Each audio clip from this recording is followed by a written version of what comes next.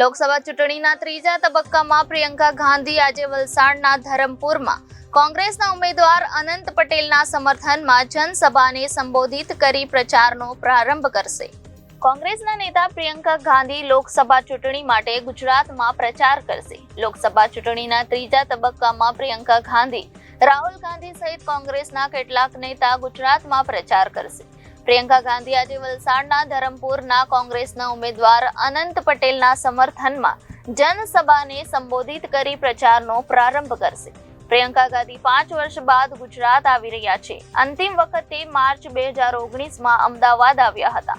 પ્રિયંકા ગાંધી વલસાડના ધરમપુરમાં જનસભાને સંબોધિત કરશે. પ્રિયંકા ગાંધી વલસાડના કોંગ્રેસના ઉમેદવાર અનંત પટેલ માટે ચૂંટણી પ્રચાર કરશે. વલસાડ બેઠક પર ભાજપે ધવલ પટેલને મેદાનમાં ઉતાર્યા છે. ગુજરાતમાં વલસાડ તે બેઠકમાં સામેલ છે, જેના પર કોંગ્રેસની અત્યારે સારી સ્થિતિ છે.